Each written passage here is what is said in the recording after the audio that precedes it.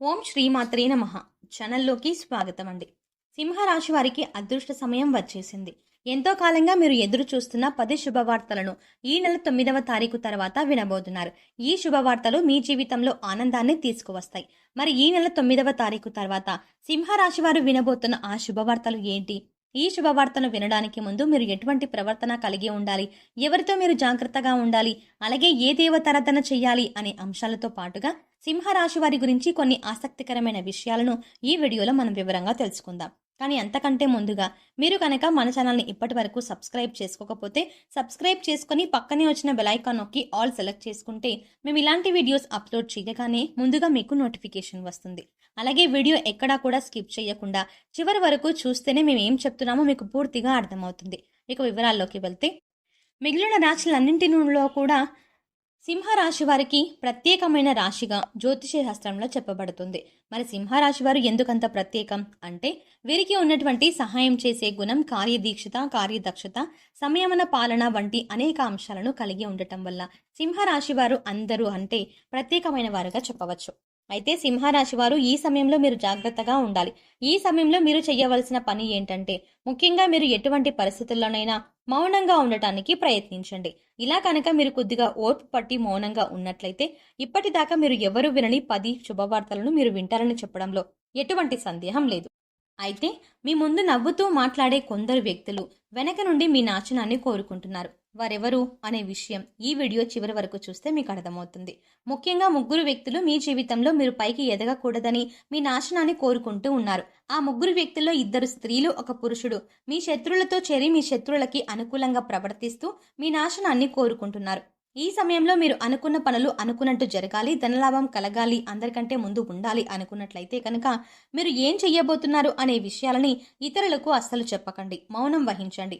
ఎందుకంటే మీరు జీవితంలో ఎదగడం ఇష్టం లేనివారు ఖచ్చితంగా మీ మాటలు వింటే మీ నాశనాన్ని కోరుకుంటారు. అంతేకాదు ఈ సమయంలో మీరు ఈ కొన్ని జాగ్రత్తలు పాటించినట్లయితే ఖచ్చితంగా మీరు శుభవార్తలు వింటారు. కుటుంబంతో సంతోషంగా ఉంటారు. ఏ ఒక్క దేవుడిని ప్రార్థిస్తే 2 దేవుళ్ళ అనుగ్రహం కలుగుతుందో మీకు తెలుసా? అదేనండి, రాముడిని ప్రార్థిస్తే హనుమంతుల వారి అనుగ్రహం కూడా మీకు కలుగుతుంది. ఇక వీరిద్దరి అనుగ్రహం ఉంటే ఈ రాశి వారి జీవితం 3 పువ్వులు 6 కాయలుగా మారిపోతుంది. మరి ఆంజనేయ స్వామి వారికి ఇష్టమైన మంగళవారం రోజున మాంసాహారం తినకుండా రాముల వారిని అలాగే హనుమంతుల వారిని ప్రార్థించినట్లయితే మీ మనసులో ఉన్న కోరిక త్వరగా నెరవేరుతుంది. అంతేకాదు ఇలా చేయటం వల్ల రాముల వారి అలాగే హనుమంతుల వారి అనుగ్రహం కూడా మీపై పరిపూర్ణంగా ఉంటుంది అని చెప్పడంలో ఎలాంటి సందేహం లేదు. ఇక అనేక రకాలుగా శని దోషాలతో బాధపడేవారు అంటే ఏలినాటి శని, అర్ధమ శని, అర్ధాష్టమ శని, ఇలా అనేక రకాలుగా శనితో కలిగే ఎటువంటి దోషాల నుంచి బయటపడాలి అంటే మంగళవారం నాడు ఆంజనేయ స్వామి వారిని విశేషంగా పూజించాలి. మరి ఎటువంటి పూజ చేసేటప్పుడు మాంసాహారం తినకుండా చేస్తే విశేషమైన ఫలితాన్ని పొందుతారని పండితులు చెప్తున్నారు. ముఖ్యంగా ఉదయాన్నే అంటే భోజనం చేయడానికి ముందే పూజ ముగించుకుంటే మంచిదని తెలియజేస్తున్నారు.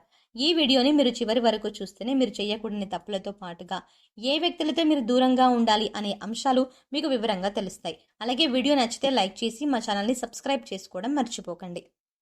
ఇక రెండవ తప్పు మీరు చెయ్యకూడనిది ఏంటి అంటే మీరు కోపాన్ని అదుపులో ఉంచుకోవాలి. అలాగే కోపంలో ఉన్నప్పుడు ఎదుటి వారిని ఎంత మాట పడితే అంత మాట అనకూడదు. అలాగే ఎదుటి వారిని దూషించకూడదు. ముఖ్యంగా మీ దగ్గర లేని వ్యక్తి గురించి ఎదుటి వారితో నెగిటివ్గా చెప్పకూడదు. అలాగే వాడకూడని పదాలు వాడుతూ ఎదుటి వారిని దూషించడం కూడా మానుకోవాలి.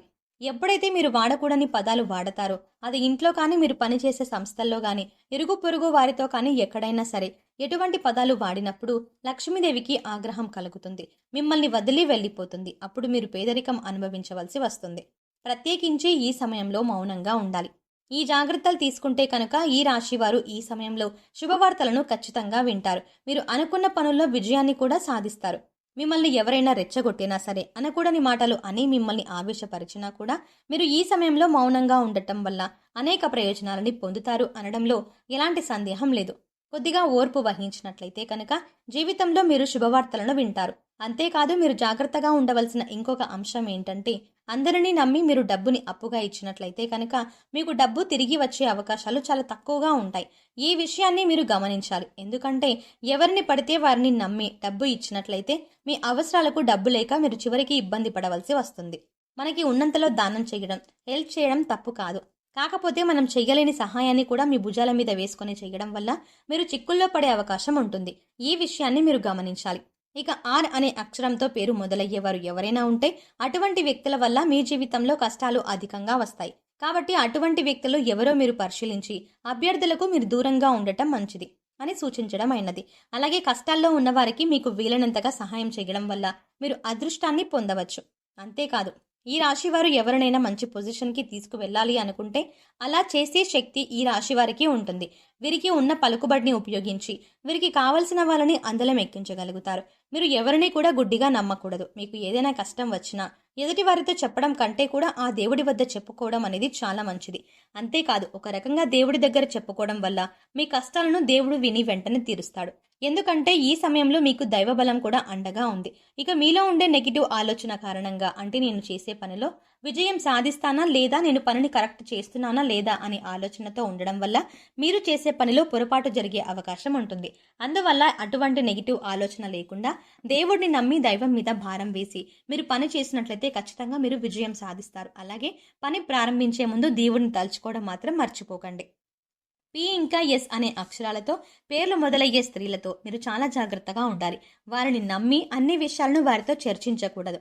అంతేకాదు, వారికి ఎంత దూరంగా ఉంటారో మీకు అంత మేలు జరుగుతుంది.